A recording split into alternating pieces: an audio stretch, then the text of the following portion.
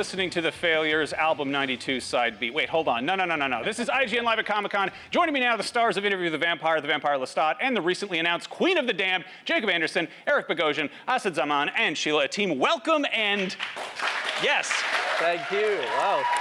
What an intro. There's a kind of a mantra that was going on in season 3, which was make more, and I'm very happy you are in fact making more of this show.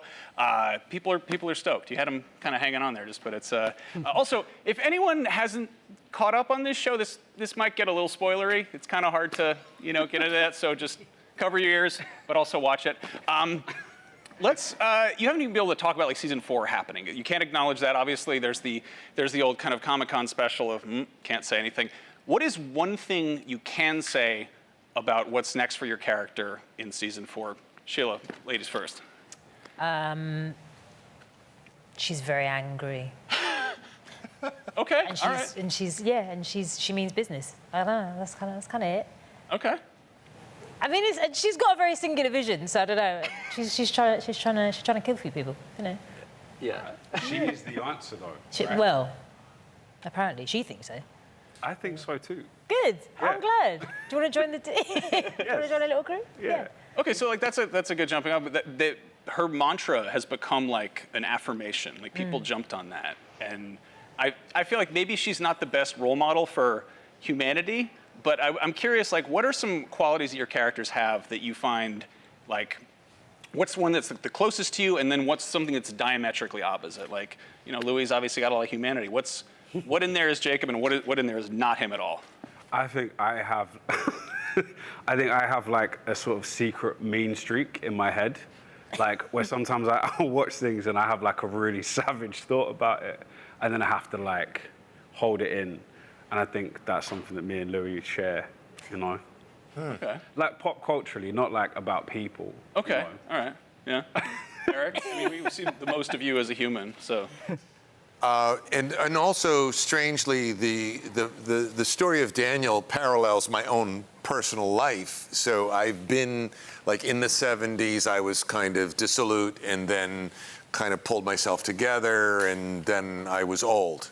And then I ended up sort of going, I don't know what the fuck to do with myself. And then they got in touch with me and said, how about doing this TV series about Interview with a Vampire? And then I had a reason to live again. And he's got like more vampiric as the seasons have gone on. Yes. As a person. Yeah. Yeah, and angry, very angry. I definitely share the angry thing with Akasha. I'll be pretty angry too going into the 4th season. You'll be your right hand man. Basically, we've just all said we're angry. Great. That we're all angry people. Angry is good. Angry makes good TV. I don't think any of us in the show are good role models for humanity. No. Really. That's what's so good is like they become so likable, but then they do something awful, and you're like, can't go in there. Let's talk more about Daniel and Armand. There's something going on there. The Devil's Minion people want more of this. Your antics, doing stuff like someone's going to clip that out and make a GIF of it and post it on Reddit and reaction thing. Can we expect to see more of that relationship explored in season 4? You better believe it. Yeah. We're only partially there. We have ideas. We have all kinds of ideas. And I know Hannah has ideas. It's gonna be fun to explore. But also, I think it's gonna be Sheila's overarching thing it's gonna affect it, I think, in some way. But I would imagine so. There's some repercussions there, a little bit. So this is a story that takes place across multiple time periods, out of order, and it's got multiple unreliable narrators, which is a lot to keep track of. But I also imagine it's kind of it gives you some variety as an actor. What is your favorite sort of iteration of your character? Be it like time period, maybe it's another character's view of that person. Which is your favorite kind of version of Louis? I got to do so much in the first 2 seasons, and I love everything I got to do. But I've really enjoyed this season playing like long table Louis. Yeah. Like Lestat's nightmare vision of Louis. That was really fun. Yeah. You that was the mean streak coming out again. Being like, Eric, what about you? Well, you said what is not like me, and the part that's not like me is the courageous journalist who's willing to risk it. I mean, he's risking his life, and that is my favorite.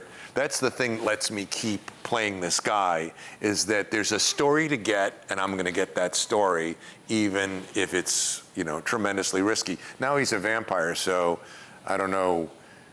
He's still trying to get the story. These guys are so full of unknowns. You can keep digging forever and never get to the bottom of who they really are. And that's part of the fun of telling these stories. Who's more fun to play, a journalist or a vampire?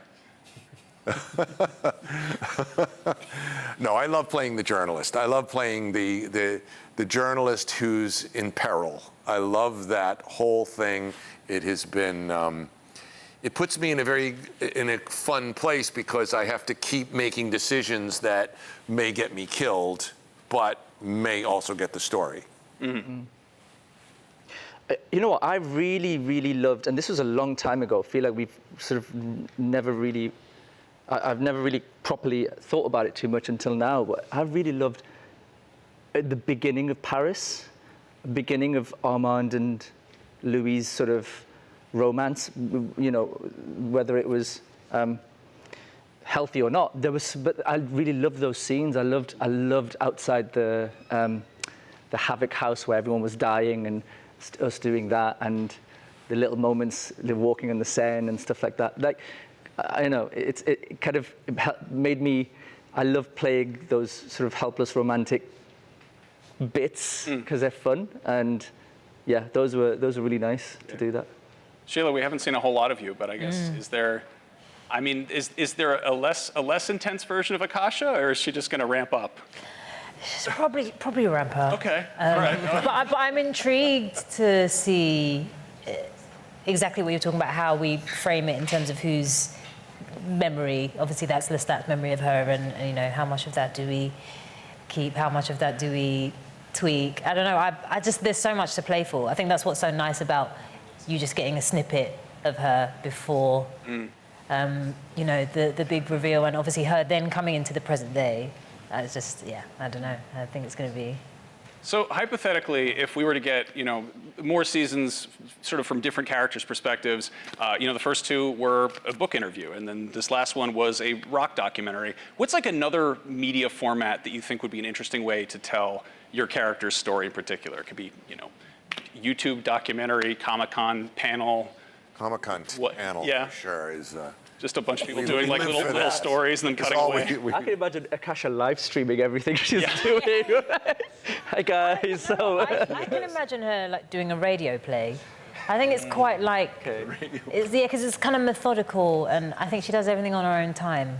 And there's something kind of relaxed and, almost like terrifyingly sophisticated about sitting down and listening to this cozy late night podcast. Yeah, late night podcast about her plan to eradicate men. I think that's She likes music, but gets to throw in some audiobooks. Why not? Yeah, there'll be musical instruments. Yeah. Sure. So you talked about having a golden peacock painting from the set, and how there's so many practical things out there. Akasha's obviously got a huge collection of trinkets and treasures. Have the rest of you acquired anything cool from the set, or pilfered anything, or just asked to take it home? Or? I took Malloy's version of the book, Interview with the Vampire. Yeah, I was like, I have to have a copy of the book with Daniel Malloy's cover, and so I've got that. But I didn't get anything else. I stole a bottle of water from my dressing room one time, but does that count? That was $17. You're going to take that out of your paycheck. I don't know. I'm stoked you guys are here. It's a really fun show, and I'm just dying to see what your characters do next. It's a shame that Sam couldn't be here. He's doing a play right now. Yeah. One of the first things we saw from this last season was, or I guess heard rather, was a cover of Billy Idol's "Dancing with Myself," which we then got in the show, and it was such a good it makes sense for the character. Let's say the gang goes out for karaoke. What's your character's go-to karaoke song? Karaoke song. Ooh. Would you say the karaoke song is what the character would like, or is it like a song that represents the character? Dealer's choice. I guess that would be me. It's your choice. I don't know. I think "Getting Away with It" by Electronic would be Louis' song. It's a good song to sing as well. It's fun. Highway to Hell. I don't know. Really? Okay, all right. I feel like you could crush some Lou Reed. That's kind of. Oh, Lou Reed. Yeah. You can see the. Walking It could the be wild like side. it could be like a thing that about us, like, oh, what a lovely day I got to spend it with you, killing people. Yeah, and it would have been because I've inserted it into your brain as your favorite song. I think it'd probably be something really, really old and without words. So something like. It's your karaoke song. But yeah, let your imagination do it, and he'd do all the music. Yeah, he'd just play all the music through his mouth. Play all through his mouth. I thought you were going to say play all the instruments, but no, just. No, just. Would the sound of the instrument come out of your mouth where you had your mouth like, or would you be going? Yeah, would you sing the instrument? Maybe it's one of the powers of Armand that we haven't seen yet. Gift of Right. medieval beatboxing or something. He's like the police academy vampire. The sound effect I like vampire. that. I love that. I know Feeding Akasha's into song. some- Akasha's song is Shove by L7. Ever heard that? I haven't. Get out of my way or I'm going to shove. It's a pretty great punk song. I'm gonna go listen to it. I was gonna. I don't know. Maybe it's a bit of a cop out because it's got Queen in the title, but Queen of the Night by Whitney Houston, I think is pretty. Nice. You know. Is there Yeah, it works. Is there any like piece of media that you would recommend fans seek out aside from the source material that you feel like pairs well with this last season or where the show is going? Anything from the media. Any like a book, a movie, a record, Well, I just saw Bride, and I was knocked out. We agreed that that's a pretty cool movie, and that's pretty punk rock Bride of Frankenstein movie. I could see a double feature with one of our things with that. Yeah. Good energy in that piece. I struggle to find anything that really compares to what we've got going on. Yeah, I mean I have that problem too. I don't know what to watch.